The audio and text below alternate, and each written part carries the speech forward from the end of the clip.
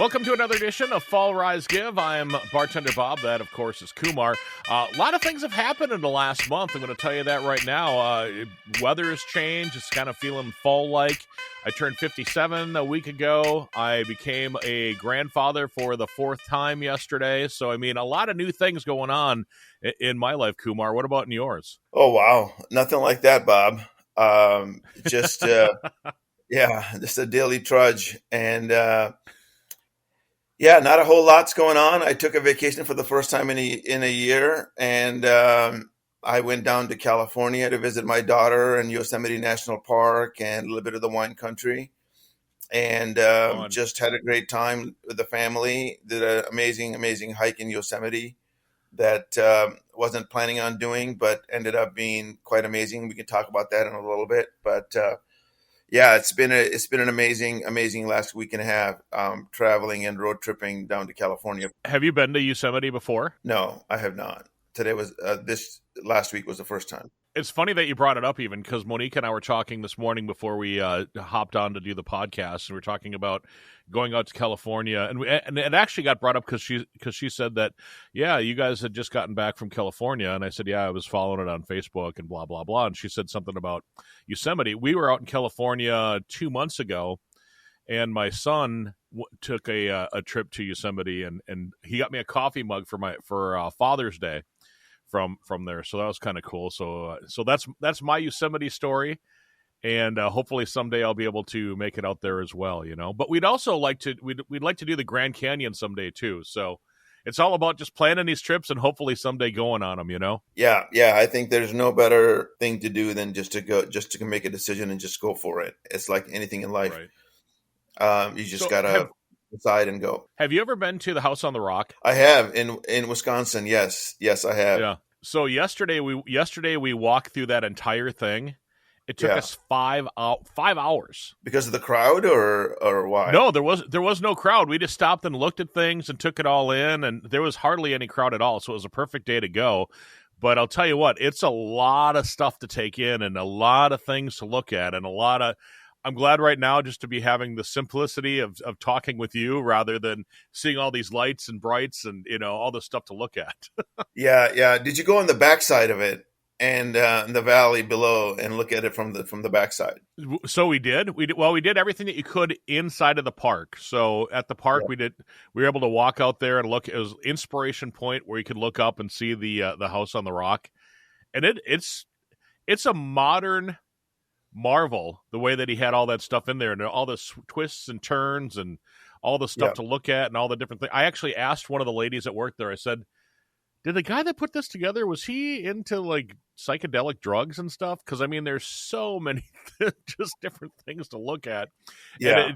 And they have a carousel in there that there's 269 different animals going around, and not a single one is a horse. Yeah. And not a single one is the same. And it's just, I just close my eyes right now and I can just see all of the stuff that we went through and saw yesterday. 5 hours, like I said, of just walking through and looking at individual just different collections upon collection of things that are there. Yeah, it's amazing what people can do with their dreams, right? And I'm sure it's grown since the time I was there. I was there in the 80s, in the mid to late 80s with my uncle, and we drove through there. I'm sure what people can do with their vision, right? Do something unique, something creative like that, and make it a marvel that we're talking about it from 40, 50 years later about this thing that this guy created 50 years ago. Yeah. It was so, I mean, I was there when my kids were little. So 20 years ago, it was, we were there and just the whole thing yesterday was just crazy. And we went to this place called Bob's Bitchin' Barbecue. After It wasn't mine, but it was that was in Dodgeville, and that was really cool and fun, and just doing fun things like that. Getting out and enjoying life, I think, is what a lot of people just need to say. Let's just do it. Let's run ahead. Let's run full speed and just do things and have fun and enjoy life. And I think that's kind of what this podcast is kind of about, isn't it? It's just letting go and doing the right thing and doing things for yourself and trying to see the big grand scheme of things. It really is. It's really about helping others and helping yourself be grounded, be at peace, be the person that you want to be, and really live in peace and calm nature and do things that make you happy and bring a little bit of joy in your life. We talk about little tricks and tools to help you do that, but there's no better thing than going out somewhere and relaxing and enjoying yourself, getting close to nature. I know that House in the Rock is in the middle of nowhere, so I think it matters a lot to be in nature. If you can go for a hike or a walk or whatever, Hmm. I think it matters a lot. So yeah, this podcast is definitely about living your best life in a simple way. We're not trying to teach you how to be a millionaire or anything like that. We're just trying to say, hey, here's some tips and tricks to help you live a better, peaceful, calm, joyous life, and maybe help others as well. I think it's time that we probably go back and revisit some of the stuff that we, because we've been doing this podcast now for about a year and a half, and started off as a weekly podcast. Now we're doing it as a monthly podcast, and some of the things that we talked about early on, we talked about chakras and the way that that your body is basically in control of things that you do, and let's kind of go back and revisit some of those things that we talked about a year ago. Yeah, yeah, about almost a year and a half ago now, right? And Yeah. so yeah, so the kind of the mission has been always been around. We talked about the chakras, like you said. It's a chakra based path for resilience, peace, and soulful purpose, right? And so that's kind of what you find when you go to fallrisegive.com. And we've got 57 some podcasts out there, and a lot of them are about person people that we interviewed that overcame certain things like addiction or recovery and things like that. But really, the purpose has always been about how do you move through the chakra system and how do you align your body, your mind, and your soul, Hmm. so you can live a peaceful and resilient life and help others. And helping others and giving to others is really the key to happiness.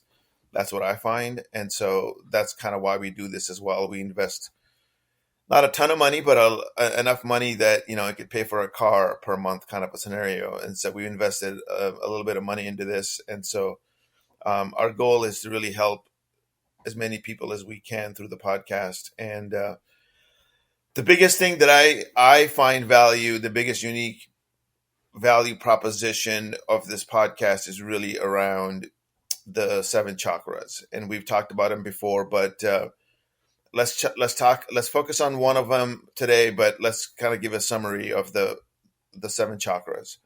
So the first chakra is all about being grounded, the root chakra. Hmm. The second chakra is all around the sacral chakra, which is around your desire, creativity, sexual energy, things like that.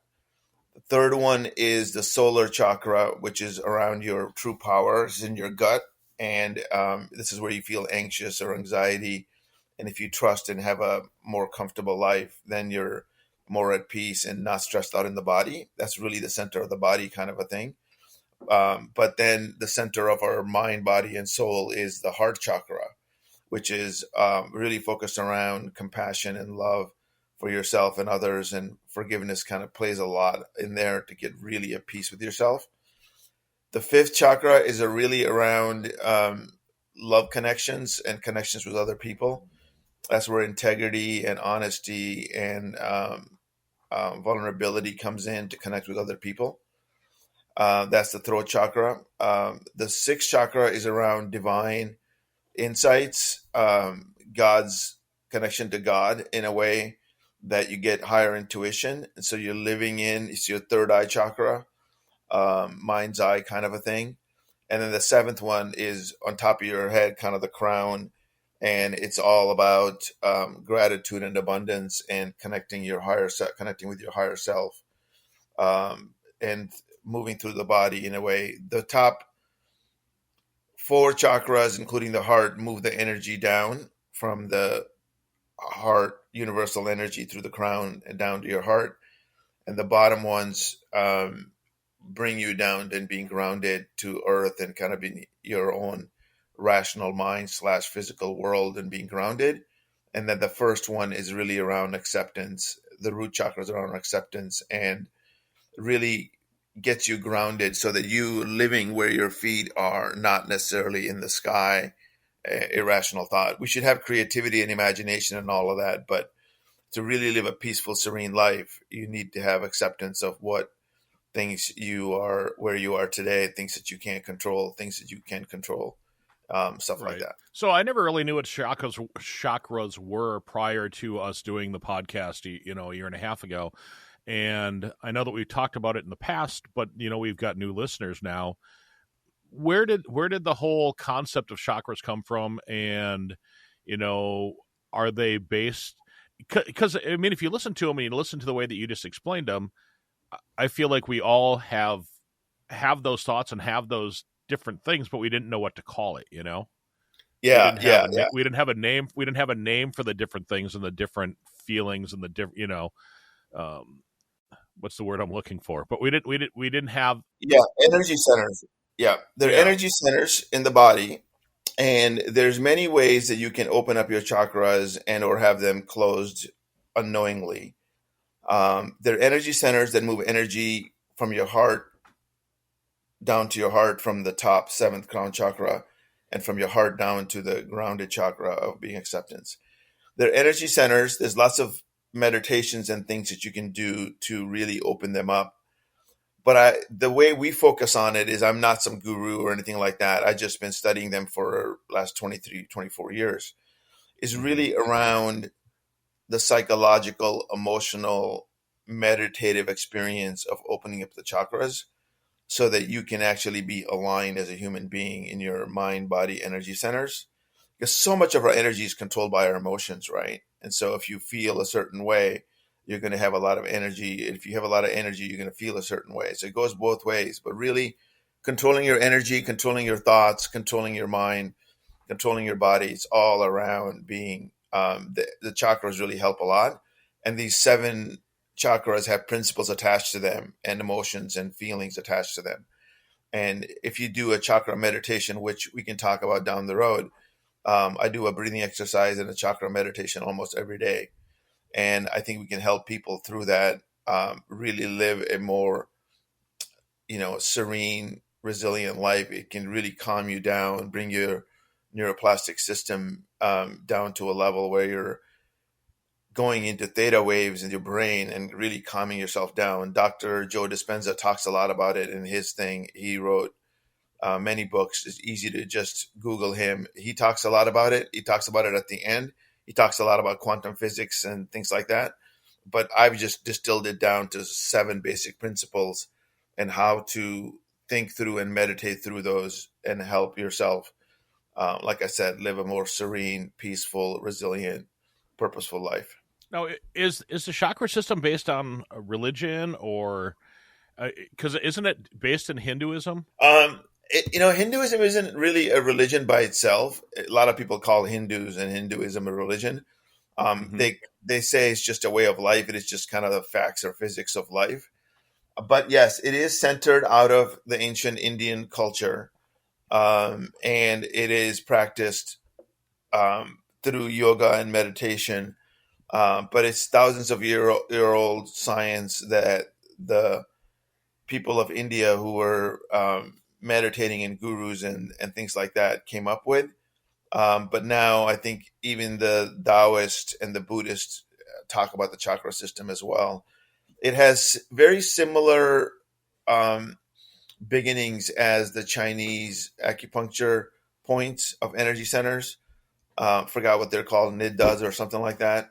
And then it also has similar to Kabbalah, which is the Judaism ancient part of Kabbalahism, which is they have nine centers of energy, and the nine and the seven are very similar in their nature. So a lot of ancient sciences have talked about energy centers in the body, and the Hindus just call it the chakra system. Yes, there are Sanskrit names for them all, and so it is part of the Hinduism and ancient Indian culture. Yes. So I know that when we were kind of discussing back and forth what we're going to be discussing on this podcast, you had mentioned, the root chakra mainly, and then basically standing for being grounded and acceptance. So is that acceptance of yourself or acceptance of others and those around you? So acceptance, is the answer to all of my problems today. Is the way this particular book and this quote from this book that I'm reading. So acceptance is the answer to all my problems today. When I'm disturbed, it is because I find some person, place, thing, or situation, some fact of my life, unacceptable to me. And I can find no serenity until I accept that person, place, thing, or situation as being exactly the way it's supposed to be at this moment. Nothing, absolutely nothing happens in God's world by mistake. Until I could accept my self, I could not stay the way I want to be. Unless I accept my life completely on life's terms, I cannot be happy. I need to concentrate not so much on what needs to be changed in the world as on what needs to be changed in me and in my attitudes. So this is from the big book of Alcoholism and Alcoholics Anonymous, and it just really touches me, and I read that quite a bit, not because it's a part of recovery thing, but because it helps me understand kind of what the Buddhists talk a lot about detachment, and Hindus talk about detachment as well. But really about accepting everything and everyone as is perfect in the world. And so everything in the world is not perfect,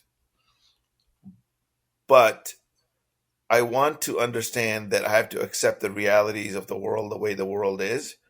Instead of Yeah. the world changing for me, I want to change to adapt to the world in a way that makes me happy. So what you just said there is pretty deep, because I think that me as a 57-year-old man, I have a hard time with that right there. Accepting the world as it is, accepting, you know what I mean? Because sometimes I think that I want things to be this way for me and the hell with everybody, you know what I mean? And it's Totally. hard sometimes to let go of that and to just realize that the world doesn't, the axis of the earth is not in my butthole. It doesn't revolve around, you know what I mean? It doesn't revolve around me. Yeah, the It earth does not revolves revolve around around God. everybody. Yeah, yeah. Yeah, The earth but revolves in I mean, itself. Yeah, but the way that you yeah, said that, I mean, it rings true, because I think that a lot of us probably feel that, well, this has happened. Why is this happening to me? But it's happening to, everybody. And I'm yeah, sorry yeah. to sidetrack you there, but it just hit a point with me, I think it's the most important aspect of this is if you're a guru or a monk, you don't actually ask the question, why is this happening? You just accept that it is happening. And what you do is like, okay, how do I want to respond to it? Mm-hmm. How do I want to use it to my own benefit? How do I move on and live with it? Do I ignore it? Do I leverage it to my own personal benefit? Whatever that situation is happening, what is my response to it? I was in a, this is how about thought process. I was in a Buddhist center here in Seattle, I want to say like 20 years ago, 15, 20 years ago. And there was a young monk that everybody was all excited about. A Buddhist monk was traveling through Seattle, and it was a really hot day in Seattle. Seattle doesn't get very hot, but this particular day it was like 90 degrees. And we were all packed into the center, maybe a couple hundred people. And he basically read everybody's mind and basically started out by saying, how many of you feel pretty hot in here right now?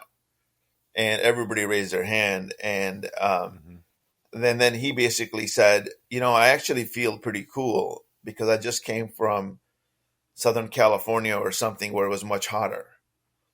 So it's all about your perspective. And his perspective that particular day was, hey, don't think of what you're feeling as the reality. The reality is how you respond to it. And to accept what is and being grounded with what is, then you simply say, okay, why is this happening? How can I leverage it? Accepting the fact that it is in God's world. And we've talked about God. Both of us share the Catholicism and the passion. And I have this huge Hindu background that I also have a lot of belief systems in from. I'm not a practicing Hindu. I'm not a practicing Catholic, but I have been through the process of both of the religions to, but really in God's world, what Well, I believe. they're kind of the building blocks of what our lives are. I mean, Yeah, exactly. The building those are things blocks that of, we were raised with, and that's what made us who we are today, I think. yeah, every single choice, every single decision that we made, every single learning from our parents, from our church or temple or whatever led us to where we are today. And then we're talking about a Bob and Kumar show. We're talking about life and these interesting things, and really talking about the world revolving around us. The world doesn't revolve around us. The world just revolves. And how do we accept what is? And then, it reminds me of the Serenity Prayer. I don't know if you have heard of it recently or thought about it much, but the way I look at the Serenity Prayer, it's a Christian prayer, but it has a lot of deep meaning to it. And people in recovery talk a lot about that prayer, but I really feel that it's kind of got this Buddhist Zen feel to it as well. And it basically goes, God, give me the serenity to accept the things I cannot change. You can't change the world. Give me the courage to change the things I can. And so, courage to change myself, really, and how I respond to it. And then give me the wisdom to know the difference. So, asking God for the wisdom to know, hey, what is the world changing? What can I change in the world? And really, it comes down to is what can you change in yourself?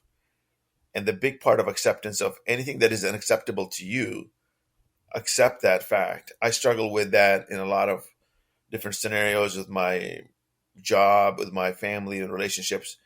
Whatever dissatisfaction I have, when I don't accept it, I feel less serene. I feel more anxiety. I feel more under pressure. I feel sadness. I feel anger. Whatever the emotions, the heightened that we can all feel, I feel those things when I'm dissatisfied.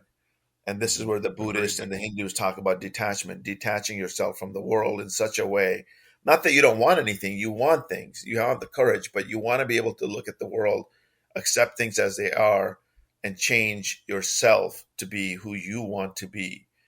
And what can you control? You can control your actions for the day, your thoughts for the day, your beliefs for the day.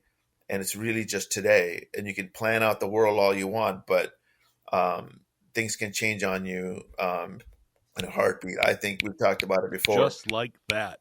They Just can like change that. immediately. Yeah. Unfortunately, they can change just like that. Yeah.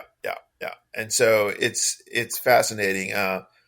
When we were hiking through Yosemite, there's this thing.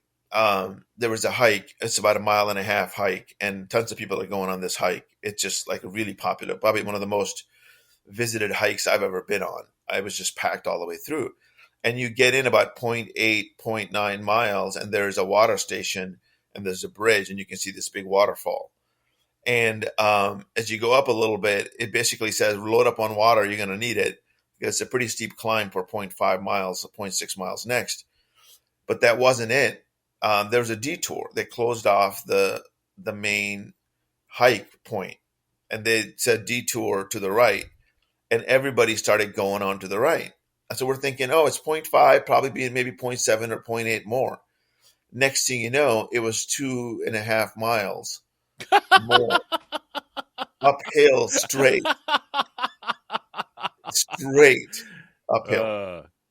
Tons of rocks, tons of amazing views surrounded by mountains. You're basically climbing a mountain through switchbacks straight up. And I've never been on a hike that tough in my life. I've been on a longer hike in Glacier that wasn't as tough, but basically went straight up. When we got there, there's this amazing waterfall at the top right, and there's a waterfall to the top left, or the bottom left. The bottom left one, a lot of people said, well, let's go down to that one, and then you have to come up through these amazing, crazy rocks. It was just basically rock climbing down and rock climbing back up. So we did it. We were like, my wife and I decided we're going to do, we're here. This is once in a lifetime thing. We're not going to come back here probably for another few years at the earliest. Let's get down there. And so we did it. And as we're coming back down, we ended up going for 4 miles total, straight up and down. And the down was another 4 miles. So we did about 8 miles total hike that day.